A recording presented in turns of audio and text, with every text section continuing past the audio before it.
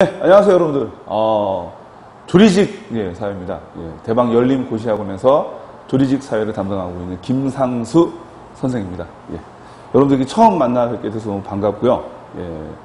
저희가 이제 그 국궁사나 뭐 이런 데서 이제 동영상 강의 찍은 경험이 많이 있지만 이렇게 조리직으로 강의를 찍은 건 처음이고요. 조리직 자체가 이제 시작한 지 얼마 안 되는 직렬이기 때문에 아마 여러분들이 그 사회라는 과목이 좀 분량이 많다 보니까 어렵다고 생각하실 수 있어요. 충분히 어렵다고 생각할 수 있습니다. 근데 절대 걱정하지 마세요. 제가 제일 잘하는 게 뭐냐면 어려운 걸 쉽게 설명하는 거예요. 그러니까 여러분들 정말 좋은 학원과 정말 좋은 강의를 만나신 것에 대해서 자랑스럽게 생각하시고, 저도 여러분들이 그런 것들에 대해서 만족하실 수 있고, 그리고 그 다음에 불안해하지 않도록 최선을 다하겠습니다.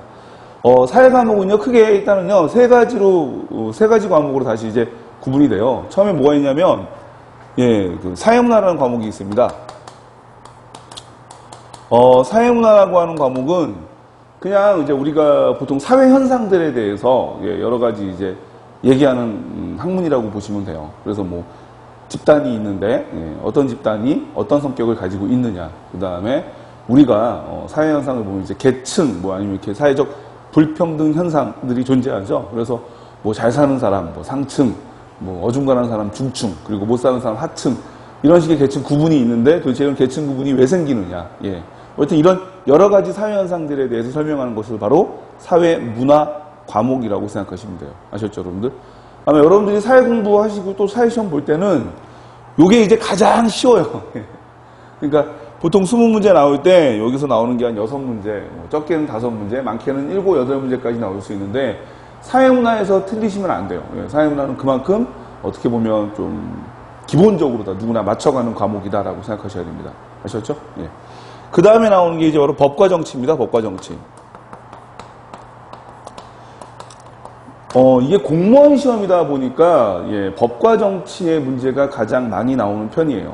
그래서 기출문제에서도 법과 정치가 가장 많고, 또 법과 정치라는 게 원래 이제 고등학교 교과목에서 법이라는 과목하고 정치라는 과목이 합쳐진 거라 실제 분량도 많아요. 그리고 공무원 사회다 보니까 좀 법과 정치의 문제가 좀 약간 이제 디테일하게 들어가는 경우가 있어요.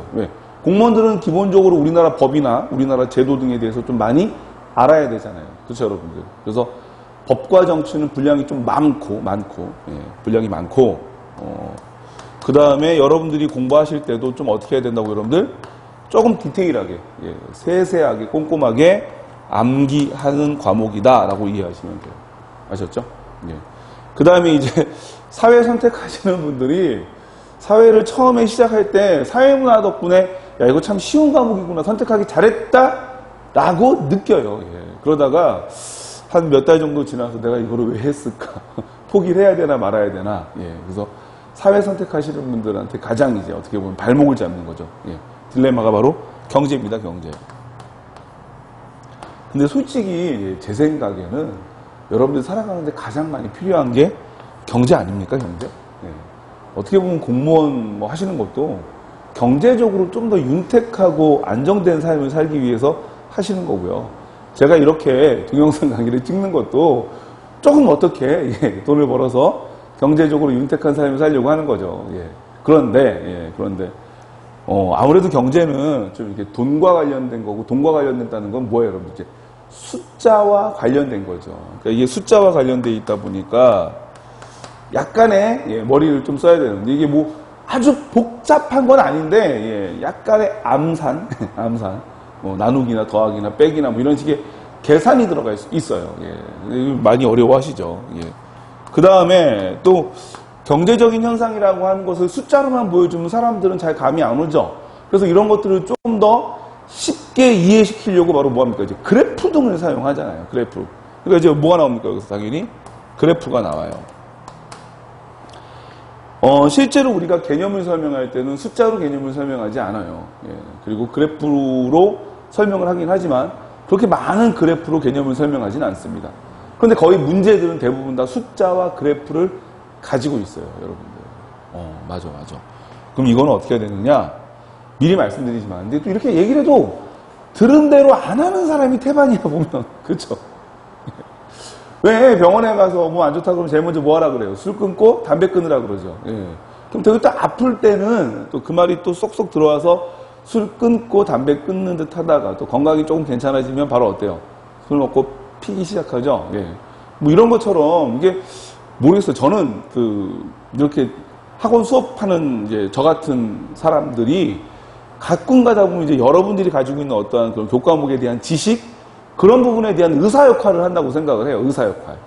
그래서 저는 그렇게 얘기하죠. 지금은 어떤 상황이니까 이런 식의 공부를 하십시오. 지금 뭐가 부족하니까 뭐를 하셔야 됩니다. 예. 근데 여러분들은 어떻게 보면은 그런 지적인 부분에 있어서의 환자인데, 예. 원래 환자는 의사 말 듣기 싫어해요. 그쵸? 예. 그러니까, 이거 뭐 어떻게 해야 되나? 그래서 얘기를 해줘도 꼭 그렇게 안 지키는 사람들이 있더라고요. 예. 얘는 아무리 개념을 열심히 공부를 해도, 근데 실제 개념을 많이 할 것도 없는 게, 사회문화 법정에 비해서 개념이 정말 별로 없어요. 예. 개념이 정말 별로 없어요. 그런데 문제에서 개념이 자꾸 뭐 여러분들 이제 숫자와 그 다음에 그래프, 그리고 표로 응용이 돼요. 응용이. 이 얘기는 뭐 여러분들 아무리 개념을 많이 해도 문제에 적용하기가 어렵다는 거죠. 예. 그럼 여러분들 경제는 개념을 많이 해야 돼요? 문제를 많이 풀어야 돼요? 예? 뭐라고? 예, 당연히 문제를 많이 풀어야 되죠. 예. 이게 제가 지금 마이크 들고 하는 거니까 꼭 뭐 앞에 사람들이 있는 것 같은데 사람들 없어요. 마이크 그냥 혼자 들고 하는 거니까 여러분들이 대답해줘. 이게 아무도 대답 안 해줘 나한테 지금. 예. 경제는 잘 기억하세요. 예, 경제는 개념보다 문제를 반복해서 많이 풀어야 돼요. 예. 저희 중고등학교 때 여러분들 수학 생각해 보시면 돼요. 수학은요, 공식 하나 딸랑 있어요. 예, 공식 하나 딸랑 주고, 이게 개념이죠, 어떻게 보면. 그리고 이 공식에 딸린 문제 유형이 되게 많아요. 그렇지 않아요, 여러분들? 실제 우리는 공식을 외우는 게 힘들지는 않았어. 뭐가 힘들었어? 공식을 가지고 문제를 푸는 게 힘들었잖아. 그쵸? 예. 그래서 대부분 수학을 포기하셨겠지요. 예. 물론 그렇지 않았던 사람들도 있었겠지만, 그런 것 같아요. 그래서, 경제는 개념을 많이 보시는 거, 물론 중요하죠. 당연히 개념을 기본적으로 정확하게 알아야 적용하고 응용할 수 있으니까. 하지만, 경제는 문제를 많이 풀어보셔야 돼요. 많이. 그래서 뭐 예를 들어서 우리가 공무원 시험 준비하는 분들 보면 그러더라고요. 1독, 예, 뭐 2독, 3독, 4독 이렇게 얘기하죠. 예. 그래서 1독이라는 게 처음부터 끝까지 개념을 한번 쫙 훑어보는 거를 1독 이렇게 얘기하는데, 사회문화나 법정은 1독 할 때 문제를 안 풀어도 돼요. 그냥 개념만 좀 꼼꼼히 보셔도 돼요. 근데 경제는 1독 할 때부터 뭘 풀어야 돼요? 문제를 무조건 풀어야 돼요. 아셨죠? 예. 몰라도 돼. 왜? 문제를 못 풀겠는데요? 근데 개념 봤는데 문제가 안 풀려. 너무 스트레스 받아요. 스트레스 받지 마요. 예. 원래 문제를 못 푸는 게 정상이에요. 또 이렇게 얘기를 해도 스트레스를 받아요. 예. 스트레스를 받아요. 예. 근데 저도 누가 옆에서 위로해주고 그래도 스트레스 많이 받아요. 예. 지나가는 사람들이, 어렸을 때 뭐, 머리가 큰 게 장군감이다. 장군감은 안 들리죠. 머리 큰 것만 들리니까 스트레스 받죠. 야, 너 남자다워. 예. 예. 남자답다는 게 뭐예요? 예. 얼굴이, 머리가 크고, 얼굴이 새까맣다는 거죠. 그래서 스트레스 받아요. 예. 스트레스 받아요. 예. 물론 여러분들이 제가 이렇게 얘기를 해도 스트레스 받을 거예요. 근데 때로는 스트레스도, 예. 어떻게 보면은 뭐야. 내가 받아들여야 돼요. 그건 당연한 거니까. 예. 그게 예를 들어서 내가 남들이 겪지 않는 스트레스를 나 혼자 받는다라고 하면 그거는 뭐 되게 정말 더 심한, 예, 어떤 뭐 불행이 될 수도 있겠지만, 남들이 다 겪는 스트레스 나도 겪는 거라면은 그건 어떻게 보면 뭐야, 스트레스가 아니죠. 당연히 거쳐야 되는 과정 같은 거예요, 과정 같은 거. 아셨죠? 예. 꼭 뭐라고? 문제를 1독서부터 풀어라. 그리고 1독에서 문제가 안 풀려도 스트레스 절대 받지 마라. 예. 당연한 거니까. 안 풀려도 그냥 해설이라도 보고 풀어보세요. 아니면 해설 보고 확인이라도 해보세요.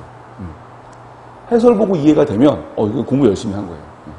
그래서 해설 보고 이해를 하고, 그 다음에 두 번째 풀 때는 직접 한번 풀어보고, 세 번째도 직접 풀어보고, 네 번째도 직접 풀어보고. 그래서 경제는 적어도 기출문제를 3번에서 4번 정도는 반복하셔야 돼요. 똑같은 문제지만 반복하셔야 돼요. 아셨죠? 예. 그래서 나 고등학교 때, 저는 고등학교 때 그랬던 것 같아요. 그 수학의 그 정석, 뭐 이런 책이 있었죠? 정석. 다 알죠, 뭐.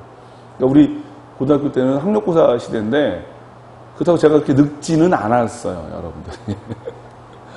학력고사 봤는데, 그때 그런 말 있었어요. 뭐 수학 정석을 3번 풀면은 어느 대학을 가고, 수학 정석을 5번 풀면은 어느 대학을 가고. 그래서 똑같은 것을 반복하는 것이 어떻게 보면 계산을 잘할 수 있는 왕도예요. 그렇죠, 여러분들? 계산을 잘하는 건 그냥 똑같은 걸 계속 반복해서 풀면은 계산 잘해요, 여러분들. 예. 그리고 그래프라고 하는 건 그림이기 때문에 자주 반복해서 봐야지만 그 그래프, 그림이 어떤 보여주는 것들이 눈에 익숙해져요. 예. 그래서 반복해서 문제를 풀어보시는 게 참 좋습니다. 아셨죠? 예. 그래서 여기까지 해서 저는 지금 전반적으로 사회라는 교과목에 대해서 여러분들한테 설명을 드렸어요. 그 다음에 이제 뭐 제 수업의 간단하게 대해서 말씀을 드리면 그냥 기본적 개념에 대해서 설명을 드리고요. 문제는 이 강의 자체가 지금 문제풀이 강의가 아닙니다, 여러분들. 그래서 문제는 가능한 한 좀 적지만 그래도 기출됐던 것들 중심으로 풀어드릴게요. 아셨죠? 그래서 문제풀이까지. 근데 저는 솔직히 개인적으로 그래요. 그냥 강의만 듣고 제가 문제풀이 할 때는 잠깐 세워놨다가 여러분들 한번 직접 풀어보세요. 그리고 풀고 나서 문제풀이 강의를 한번 들어보는 거죠. 풀고 나서 답지 보고 답 체크하지 마세요, 여러분들. 왜? 답지 보고 답 체크하면 내가 맞으면 그 문제풀이 강의 안 들을 거 아니야. 맞췄으니까. 그러지 말고 꼭 문제풀이 강의도 들어보세요. 아마 문제풀이 강의하는 과정에서 또 개념에서 설명하지 못했던 것들, 또 개념에서 놓쳤던 것들을 설명하는 수가 있으니까. 그래서 개념 강의 끝나면 딱 세워놓고 딱 뭐 이렇게 세워도 되고요. 어떻게 세워도 돼요. 그러니까 그렇게 세워놓고 그 다음에 문제 한번 간단하게 풀어보고 그리고 나서 이제 바로 문제풀이 강의 이제 플레이시켜서 확인해 보세요. 아셨죠? 일단은 뭐 몇 가지만 설명드리고요. 자세한 것들은 강의를 들어보시면서 확인해 보시면 될 것 같아요. 사회문화입니다, 여러분들. 교재 83페이지예요. 교재 83페이지입니다. 사회문화 나오는데요. 일단 여기서 우리가 가장 먼저 봐야 되는 게 뭐냐면 사회문화 현상의 특징이에요, 여러분들. 사회문화 현상의 특징이 뭐냐? 그쵸? 그리고 나서 이제 뭘 볼 거냐면 사회문화 현상을 설명하는 관점들을 볼 거예요. 관점들을 볼 건데 잘 보십시오 한번. 원래 수업할 때는 좀 많이 움직이는 편인데 촬영하시는 분이 힘들까봐 적극적으로 이게 안 움직이니까 막 몸이 근질근질해요. 사회문화 현상이라고 하는 거. 근데 여러분도 잘 보세요. 뭐 사회문화 현상만 보면 우리가 사회문화 현상이 뭔지 잘 몰라요. 왜? 그것의 특징을 안 내면 그것이 아닌 다른 것들과 모여보는 게 가장 좋아요. 비교해보는 게 제일 좋아요. 혹시 여러분들 중에 남자친구가 있다, 아니면 여자친구가 있다. 나는 내 남자친구가 이게 좋은 건지 나쁜 건지 모르겠어. 물론 처음에 어렸을 때는 좋아서 사귀었겠지만 시간이 지나서 몇 년 정도 지나니까 좋은지 나쁜지 모르겠어요. 그럼 어떻게 해야 돼? 제일 좋은 건 다른 남자랑 비교해보면 돼요. 그래서 내 친구의 남자친구랑 비교하든지 내 친구의 남편하고 비교하든지 그러면은 보이지 않아요, 여러분들? 요런 것들은 우리 남자친구가 조금 더 괜찮구나. 요런 것들은 좀 별로구나. 그래서 비교해서 보는 게 쉬운 것 같아요. 우리가 남자 보면 남자의 특징이 뭔지 모르지만 여자랑 비교해보면 남자의 특징이 뭔지 알 수 있잖아요. 그래서 혹시 여러분들 제 수업이 좋은지 나쁜지 모르겠다. 저는 과감하게 말씀드립니다. 다른 그 사회 교과목 선생님들하고 한번 비교해보세요. 진짜 비교해보세요. 저는 확실합니다. 이 노량진하고 뭐 여러 지역에 사회 선생님들이 진짜 많은데 그 중에서 진짜 정말 제가 머리가 제일 큽니다. 확신합니다. 머리가 큰 건 들은 게 많다는 거예요. 들은 게 많다는 건 가르쳐줄 것도 많다는 거고요. 사회문화 현상하고 자연현상에 대해서 비교를 해보면 뭐가 다른지 알 수 있겠죠. 일단 그냥 가장 큰 비교는 뭐냐, 여러분들. 어떤 분들은 그러더라고요. 사회문화 현상은 사람이 만드는 거고 자연 현상은 사람이 아닌 자연이 만드는 거다. 예. 그런데 사람들이 만든다고 다 사회문화 현상은 아니에요, 여러분들. 사람들이 만들어내는 것들 중에 자연 현상도 있어요. 뭐가 있을까요? 예. 밥 먹고 트름하는 거 자연 현상이죠. 예. 그렇죠, 여러분들. 그 다음에 뭐 졸려서 하품하는 것도 자연 현상이고요. 예. 좀 뭐 지저분할 수 있겠지만 방구를 끼는 것도 자연 현상이고, 맞죠, 여러분들? 예.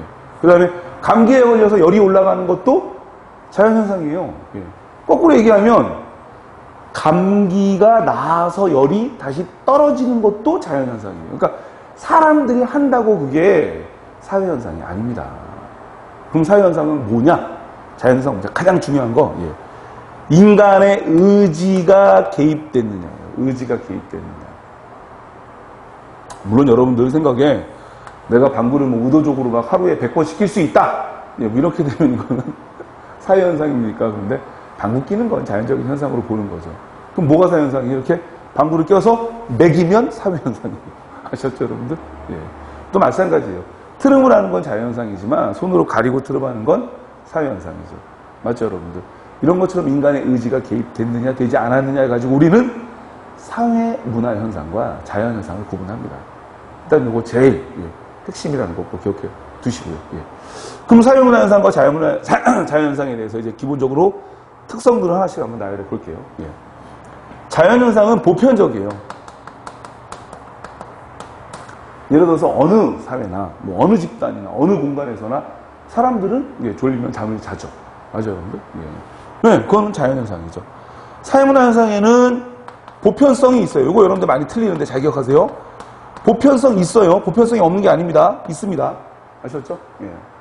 예를 들어서 미국도 그렇고 영국도 그렇고 우리나라도 그렇고 대부분의 그 결혼이라고 하는 건 누구하고 누구 사이에서 이루어져요? 남자와 여자 사이에서 이루어지죠. 그렇죠, 여러분들. 그런데 가끔 정말 가끔 보면 남자끼리 결혼하는 커플도 있어요. 예, 예. 네덜란드나 이런 나라들은 동성애 부부를 합법화했죠. 그렇기 때문에 남자끼리 결혼하는 경우도 있습니다. 이 얘기는 뭐죠? 보편적인 현상이지만 그것과 더불어 뭐가 있다? 특수한 현상도 있다. 그래서 우리가 보편성과 특수성을 같이 가지고 있다고 얘기를 해요. 아셨어요, 여러분들? 예. 보편성 같이, 그리고 보편성과 특수성을 같이 가지고 있다. 그럼 이 중에 뭐가 더 많아요? 뭐가 더 많은지는 몰라요. 그냥 둘 다 있다는 거지 뭐가 더 많다고 얘기할 수는 없습니다. 아셨죠, 여러분들? 예, 꼭 기억해 두세요. 그 다음에 넘어와서요. 예. 그 다음에 사회문화 현상은 누가 만드는 거라고 그랬죠, 여러분들? 이제 사람들이 만드는 거고 사람들이 의지가 개입된 거라고 그랬죠.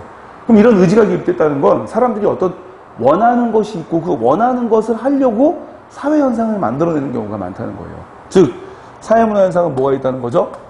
가치가 개입되어 있다. 그래서 우리가 그걸 가치 함축이라고 해요. 가치 함축. 그럼 자연현상에는 가치가 있어요, 없어요? 당연히 가치가 없겠죠. 그래서 가치가 없다. 이거 우리가 뭐라 그럽니까? 예. 몰 가치. 말이 어렵지 않아요, 여러분들. 상식이 없으면 뭐라 그래요? 몰상식한 새끼라 그러죠, 우리가. 가치가 없으면 몰 가치라고 하는 겁니다. 아셨죠? 그럼 가치가 들어있다는 것은 어떤 사회현상에는 뭐뭐를 해야 된다, 해서는 안 된다. 바람직하다, 바람직하지 않다라고 하는 어떤 판단이 가능하다는 거죠. 이거 우리가 보통 당위명제 또는 뭐라 그래요, 여러분들? 당위법칙이라 그래요. 당위법칙은 선과 악, 예, 옳다, 그르다, 어떤 이런 것들에 대한 판단을 근거로 하는 법칙을 당위법칙이라고 해요. 자연현상에는요, 그 옳다, 그르다? 그런 게 별로 없는 것 같아요, 그냥. 예. 그럼 뭐가 있어요? 맞다, 틀리다. 예, 맞다, 틀리다. 그래서 여러분들 좀 헷갈릴 것 같은데, 맞다, 틀리다 이런 것들은 우리가 뭐래요? 사실명제라고 해요. 아셨죠? 예, 그리고 해야 된다, 해서는 안 된다. 선과 악, 옳다, 그르다, 바람직하다, 바람직하지 않다 이런 것들을 뭐라 그런다고요? 당위명제, 당위법칙이라고 한다고요. 그래서 자연현상은 사실법칙 또는 뭐라 그러는지 존재법칙이에요. 이다, 아니다, 있다, 없다 이렇게. 아셨죠? 예, 헷갈리시면 안 됩니다. 예. 그 다음에 예. 사회문화 현상에는 예. 규칙이 있느냐 없느냐? 사회문화 현상에도 규칙은 있어요. 예. 아까 제가 말씀드렸던 거 있죠? 보편적이라고 하는 게 바로 뭐가 될 수 있어요? 규칙이 될 수 있죠. 자연현상이 뭐가 있어요, 여러분들? 당연히 규칙이 있죠. 그런데 사회문화현상에는 특수성이 있다고 그랬죠? 이건 뭐예요, 여러분들? 규칙이 있지만 규칙이 항상 지켜지는 건 아니라는 겁니다. 이게 무슨 말이에요, 여러분들? 그 규칙에 뭐가 있다? 예외가 있다. 뭐가 있다고요? 예외가 있다. 그래서 가끔가다 보면 여러분들 요 예외 때문에 우리는 자연현상에 비해 사회문화현상을 뭐가 하는 게 어려워요? 예측하는 게 좀 어려워요. 예측이 어려워. 뭐 때문에? 예외 때문에. 얘는 예외가 별로 없어요. 거의 뭐 규칙에 따라 움직이죠. 그러다 보니까 예측이 좀 쉽죠. 예측이 용이하다. 아셨어요, 여러분들? 네. 잘 기억해 주세요. 네. 그 다음에 이제 되게 중요한 거예요. 네. 포인트. 사회문화현상하고 자연현상. 여기를 뺄게요, 다시. 예, 사회문화현상하고 자연현상. 사회문화현상, 자연현상에서 자연현상은요, 여러분들, 원인과 결과의 뚜렷한 법칙이 존재해요. 법칙이 존재해요. 아침에 해가 왜 떠요, 여러분들? 해가 뜨는 이유가 뭡니까? 예. 지구가 뭐하니까? 자전하니까. 혹시 뭐 다른 이유로 해가 뜹니까? 그런 거 없어요, 여러분들. 오로지 이유는 하나야. 뭐하니까? 지구가 자전하니까. 예. 그러면 사계절은 왜 흘러갑니까? 봄, 여름, 가을, 겨울. 그건 뭐죠? 지구가 공전하니까. 다른 이유 때문에 혹시 계절이 흘러가나요? 그렇지 않아요, 여러분들. 예. 백화점에서 계절 상품 세일할 때가 돼서 계절이 바뀌는 게 아니죠. 오로지 이유는 하나. 지구가 도니까. 인과 법칙이 아주 뚜렷해요.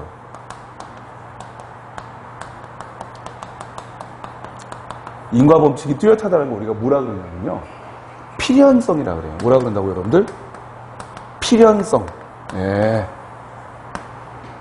그 원인은 그 결과가 생길 수밖에 없는 거야. 이렇게 얘기하는 거죠. 아셨죠, 여러분들? 네. 사회문화현상은 뭐냐? 사회문화현상은 뭐냐? 예. 인과법칙이 있어요, 없어요? 여기서 되게 이제 헷갈리죠? 예. 인과법칙이 있어요. 있어요. 있어요. 있어요. 있다고.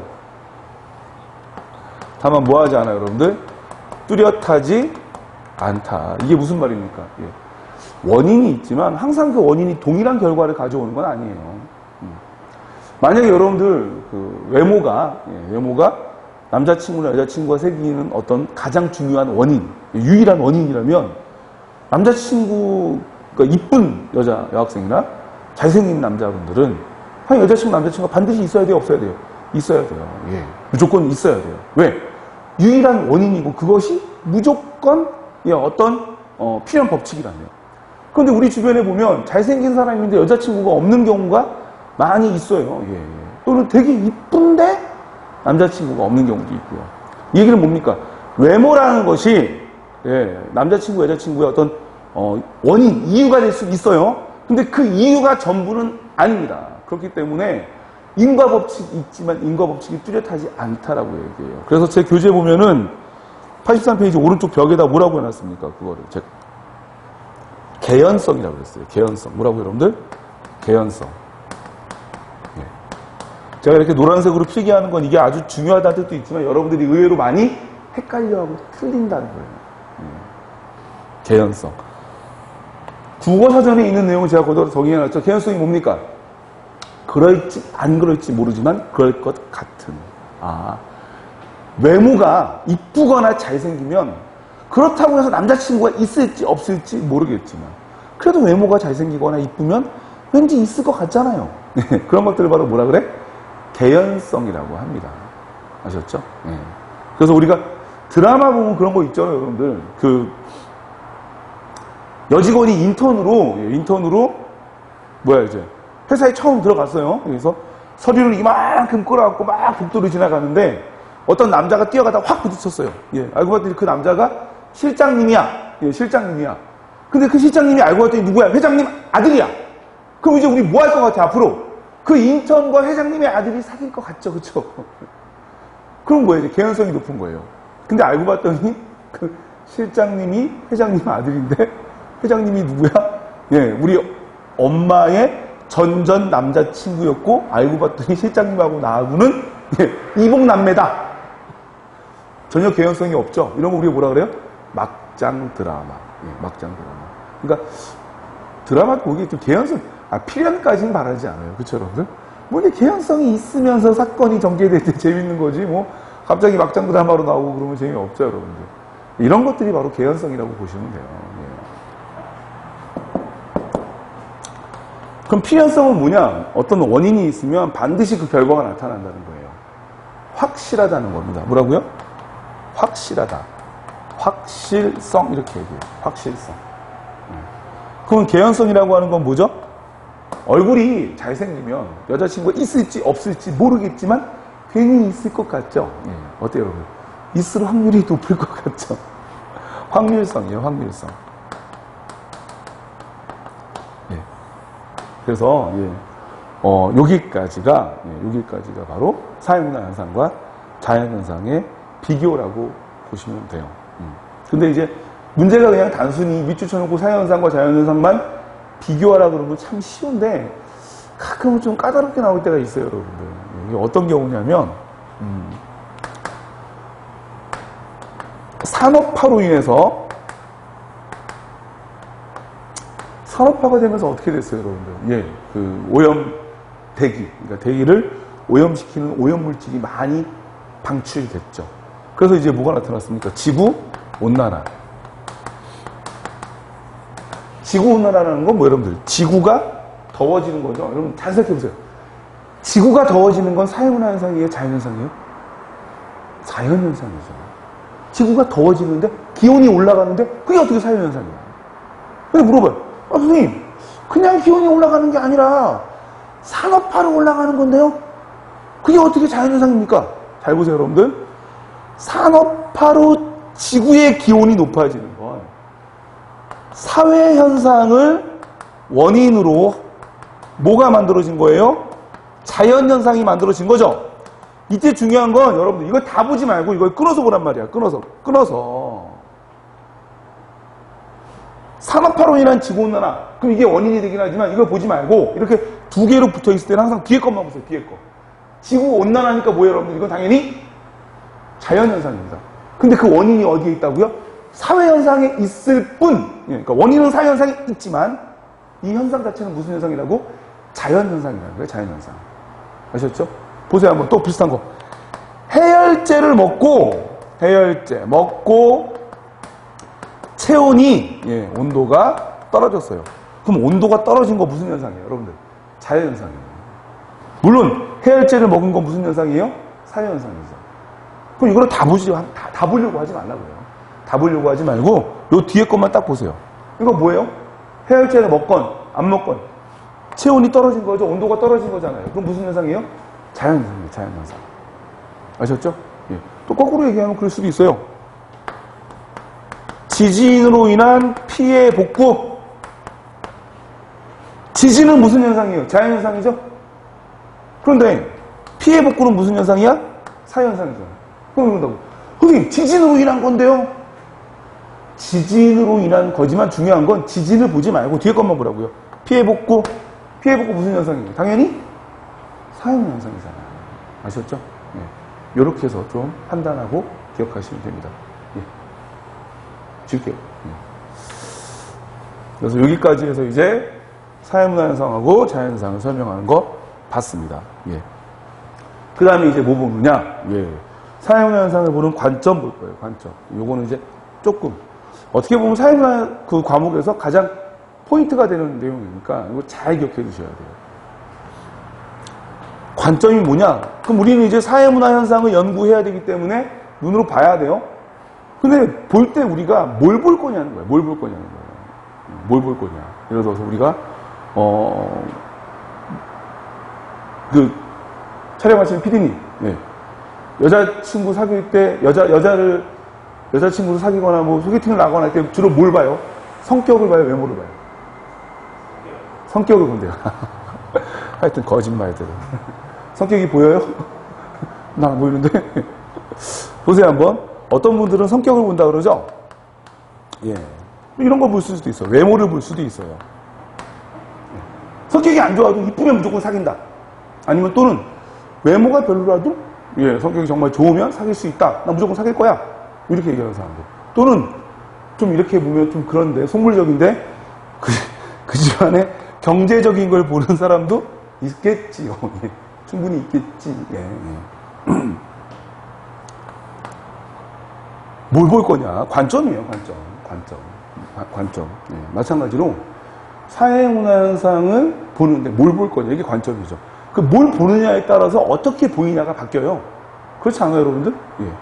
만약에 우리가 외모만 본다라면 이쁘거나 이제 잘생긴 사람이 되게 굿이죠. 굿, 최고죠. 예. 그런데 성격을 보면 되게 예쁜데 또는 되게 잘생겼는데 애가 개차반이야, 막. 지 잘난 맛이 막 하늘을 찔러요, 막.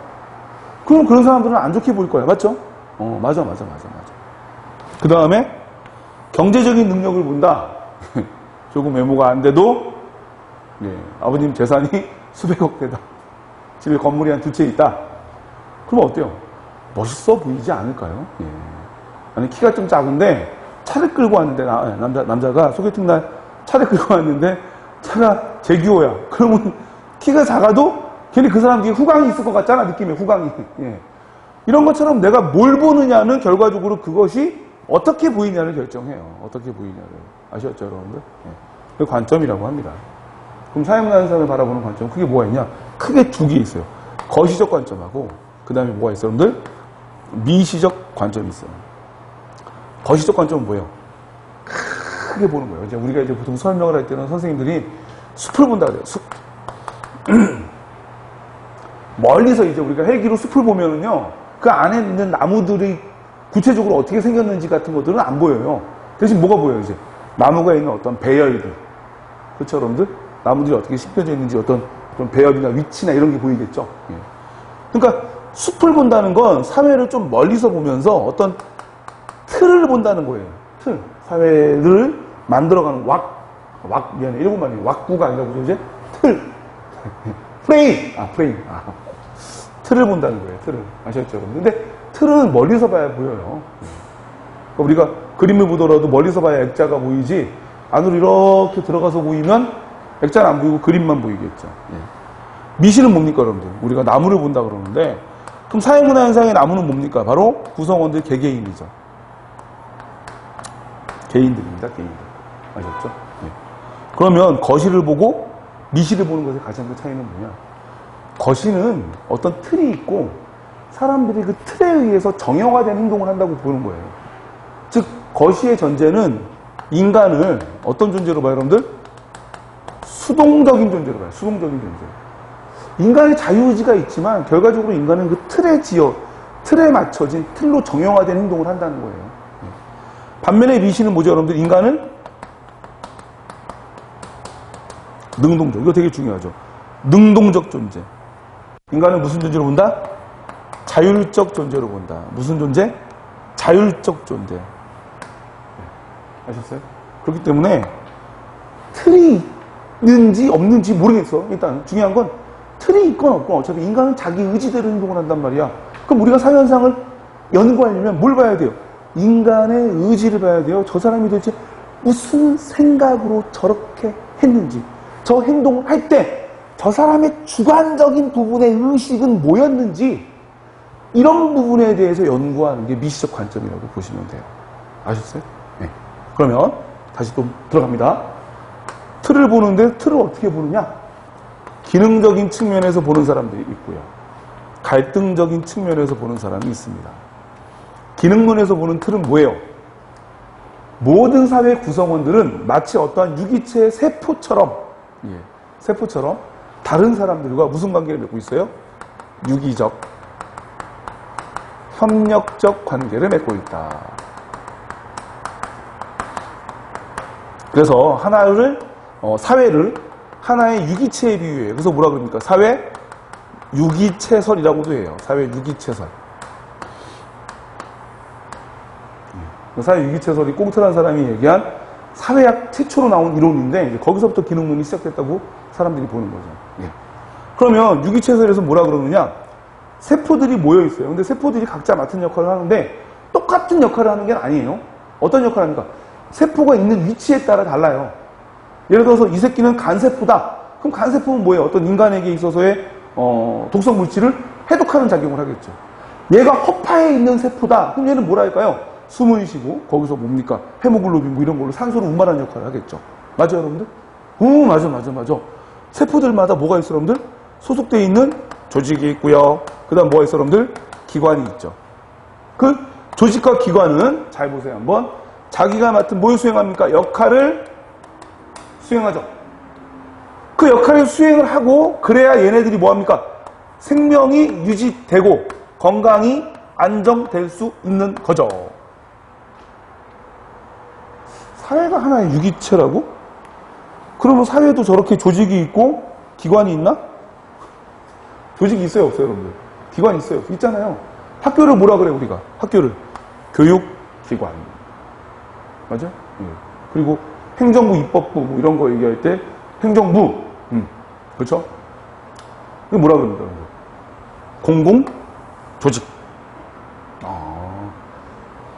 유기체, 생물학에서 쓰던 표현을 꽁트한 사람이 사회현상 연구하면서 그대로 가지고 와요. 왜? 사회는 하나의 유기체와 동일하니까. 그래서 여기서 쓰는 말을 여기다 그대로 갖다 써요. 그래서 우리가 아무 생각 없이 생물학에서 쓰는 조직이나 기관이라는 표현들을 사회에서도 그대로 쓰고 있는 거예요. 예.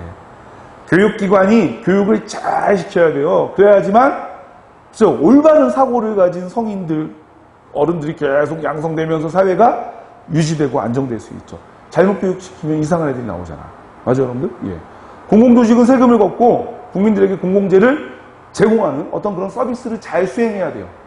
즉 이런 식의 조직과 기관들이 각자의 맡은 역할을 수행함으로써 서로 무슨 관계? 협력적 관계.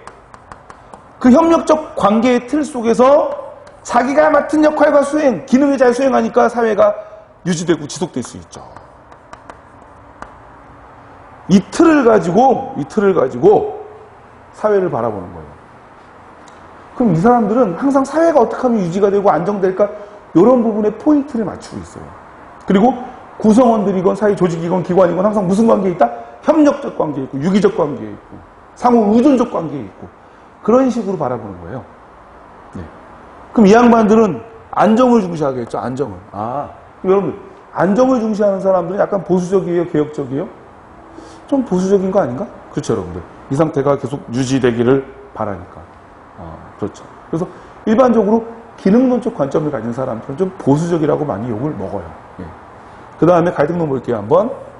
갈등론은 사회가 무조건 뭐로 되어 있다고요? 지배계급과 피지배계급으로 되어 있다고요. 이 사람들은 협력적 관계 아니에요. 되게 뭐야? 불평등한 관계, 대립적 관계, 예. 그 다음에 상호 모순적 관계, 이렇게 얘기해요. 회사 보면은 사장이 있죠. 예. 사장은 별로 일 안 하는데 제일 부자야. 노동자들은 막 열심히 일하는데, 예.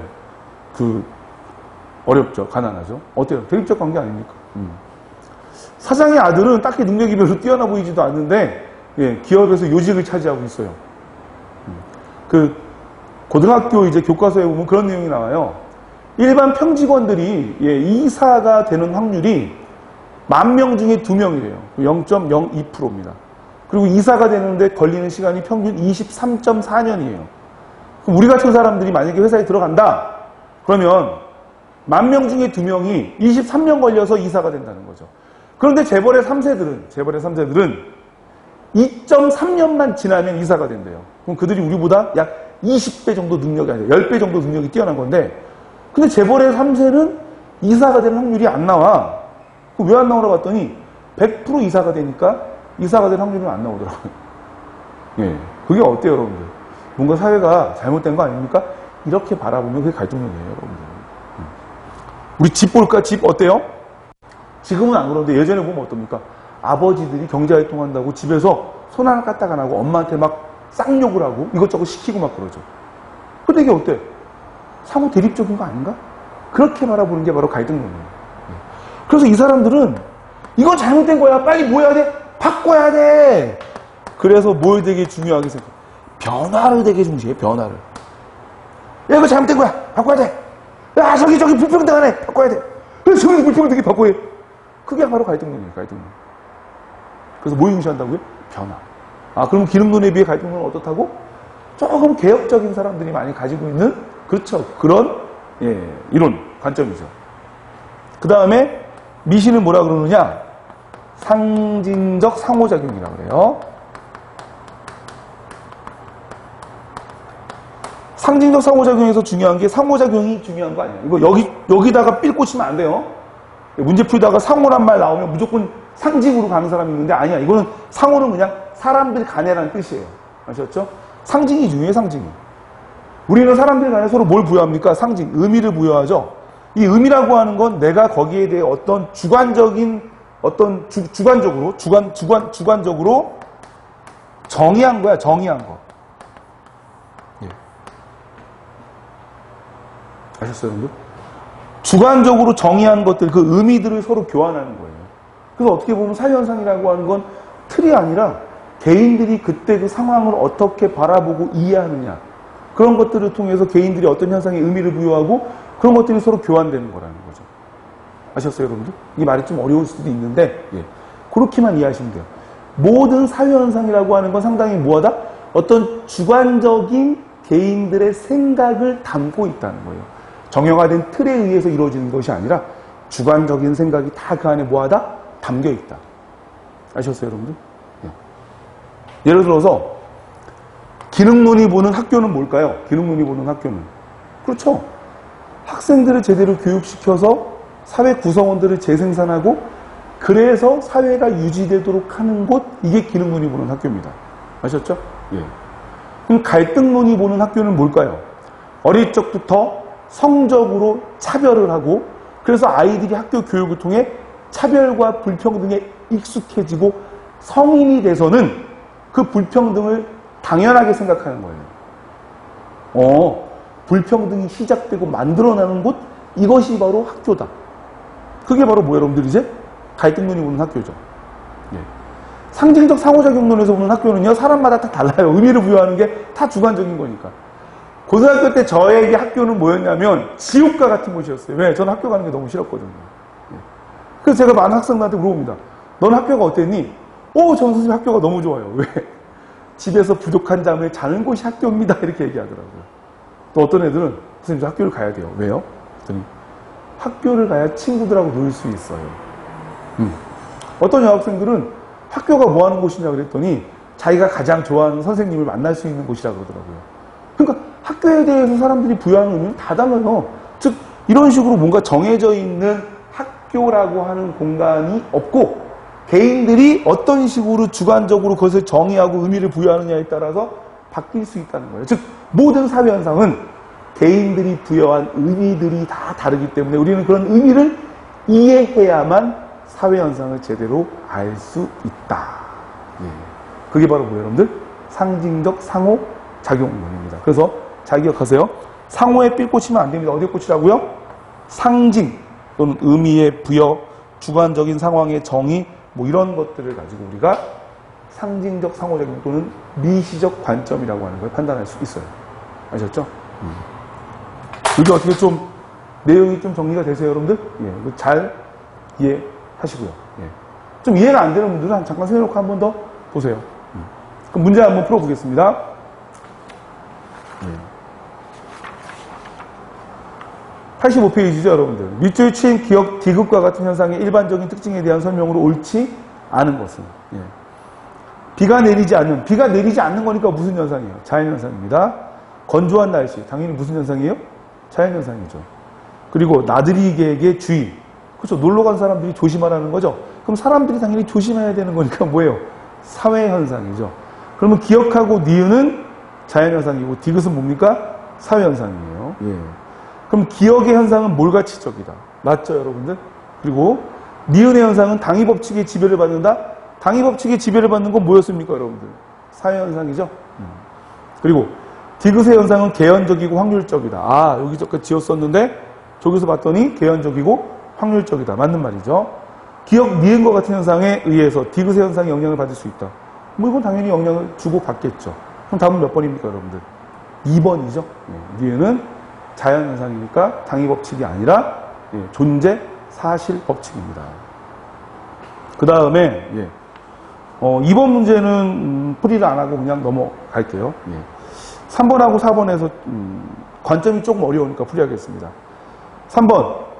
축구공을 생산할 때 공공기업은 생산비를 줄이기 위해 저개발국가 아동의 노동을 이용합니다.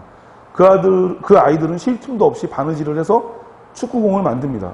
어때요, 여러분들? 지금 좀 약간 부정적으로 보는 것 같지 않아요? 축구공 만드는데 저개발국가 아동들이 착취당하고 있다는 거죠. 갈등론적 시각이에요. 축구공을 생산하고 판매하는 과정에서 축구산업이 성장하며 관련 상품의 소비도 늘어나서 경제성장에 도움이 됩니다. 축구공을 만드는 과정에서 이것이 성장하고 또 이것이 성장하면서 사회도 계속 뭐합니까? 발전하고 이러면서 상호 유기적 관계 속에서 계속 사회가 뭐가 될 수 있어요? 유지되고 지속될 수 있다고 보는 거죠. 좀 어때요, 여러분들? 사회를 긍정적으로 바라보잖아. 그럼 기능론이 되는 거죠. 축구공의 경제적 측면보다 저는 개인적으로 축구공이 싫어요. 어릴 때 축구공에 맞았던 기억이 있어서 아기자기한 탁구공이 더 좋습니다. 그렇죠, 여러분들. 축구공이 가지고 있는 사회적인 거 전혀 관심 없어요. 나에게 축구공이 어떤 의미를 갖느냐. 이게 상징적 상호작용론, 미시적 관점이에요. 아셨어요? 예. 그럼 한번 보겠습니다. 갑은 인간이 자율성을 지닌 능동적 존재로 본다. 제가 뭐라 그랬죠, 여러분들? 거시적 관점은 틀이 있고 인간은 틀에 맞춰진 정형화된 행동을 하기 때문에 수동적이다라고 보는 게 그게 바로 거시적 관점이었어요. 예. 그 다음에 을은 사회 안정보다 변동을 강조한다. 사회 변동을 강조하는 건 뭡니까, 여러분들? 사회를 좀 부정적으로 바라보는 갈등론적 시각이죠. 예. 그리고 병은 사회적 행위나 사물에 대한 개인적 해석을 중시한다. 맞아요, 여러분들. 개인이 해석한다는 건 어떤 식으로 이해하고 의미를 부여하느냐죠. 그러니까 이게 당연히 민시적, 상징적, 상호작용론적 관점이에요. 답은 몇 번이죠, 여러분들? 3번이죠. 그 다음에요. 갑은 미시적 관점, 을과 병은 거시적 관점. 예. 갑과 을이 거시고 병이 미시죠. 그 다음에 4번 한번 볼게요. 학교의 전체 조화는 훈화를 통해 사회적 합의가 반영된 가치관과 행동 양식 등을 사회 학생들에게 내면화시켜서 사회 질서 유지에 기여한다. 사회 질서 유지. 그렇죠. 이게 바로 뭡니까? 예. 기능론적 관점이에요. 맞아요, 여러분들? 그 다음에 학교의 전체 조회는 훈화를 통해 기득권층의 지배적 논리의 가치를 학생들에게 내면화시켜 불평등한 사회적 계급의 재생산에 기여한다. 상당히 부정적이다. 그렇죠, 여러분들? 뭡니까? 바로 갈등론적 시각이죠. 그러면 가 기능, 나가 갈등론. 요거 한번 잠깐 얘기 드릴게요. 가끔가다 이제 보면 기능론이나 갈등론에서 사회 규범이라고 하는 걸 얘기하는데 기능론은 사회 규범을 어떻게 보느냐? 사회 전체 질서 유지를 위해서 구성원 모두가 합의했다 이렇게 얘기를 해요. 뭔가 긍정적으로 보잖아요. 그리고 구성원들의 관계를 어떻게 봐요? 상호 의존적, 협력적 관계로 보죠. 그래서 구성원들 모두가 질서 유지가 안 되고 막 폭력이 난무하면 우리 너무 힘들어지잖아. 그래서 우리 뭐 한 거야? 약속하고 규범 만들자. 그래서 만들어진 게 바로 사회 규범이에요. 그러니까 이거는 당연히 사회 질서 유지를 필요하고 모든 사람이 합의했다고 보는 거죠. 갈등론에서 보는 규범은 뭐냐?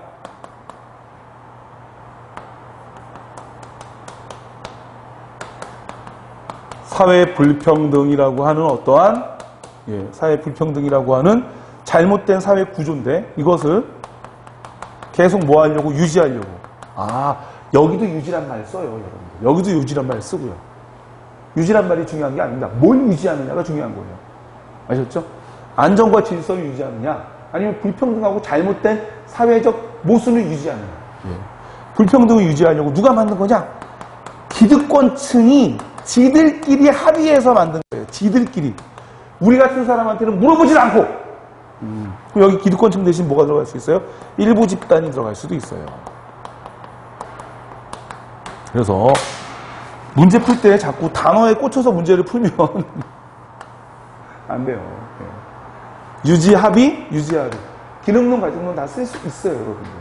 다만 그것이 뭘 유지하고 누가 합의하느냐에 따라서 기능론과 갈등론이 다릅니다. 아셨어요? 그럼 상징은 규범을 어떻게 봅니까? 상징은 규범을 잘 안 봐요. 왜요?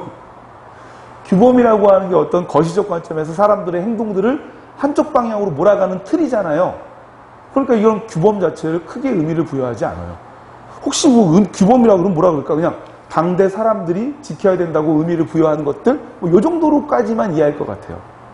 그러면 시간이 지나서 사람들이 의미 부여가 바뀌면 규범도 바뀌어야지 라고 생각하는 게 아마 미시적, 상징적 관점, 요 정도로 이해하면 될 것 같은데. 예.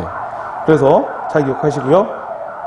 그러면 4번 다시 돌아와서 가해 관점은 규범을 지키지 않는 행위를 사회 질서를 깨트리는 행위로 본다. 그렇죠, 여러분들? 기능론에서 규범을 안 지키면 사회 질서가 어떻게 돼요? 깨지죠. 사회 질서 깨지면서 사회가 어떻게 됩니까? 안정과 유지가 어려워지죠. 그럼 답은 몇 번이에요? 1번. 1번. 그 다음에 나의 관점은 일상생활에서 사람들이 주관적으로 의미를 주고받는, 이건 뭡니까, 여러분들? 상징적 상호작용론이고요. 가해 관점은 나의 관점과 달리 개인의 행위를 구속하는 사회 구조의 측면에 주목한다. 사회 구조의 측면에 주목한다는 거니까 이건 뭐예요? 거시적 관점이죠. 그러면 기능론, 갈등론 다 거시예요. 다 거시기 때문에 사회 구조 이런 것들이 중요하게 생각해요. 그래서 이거는 틀린 내용입니다. 그 다음에 4번. 나의 관점은 가해 관점과 달리 급격한 사회 변동을 설명하는 데 한계가 있다.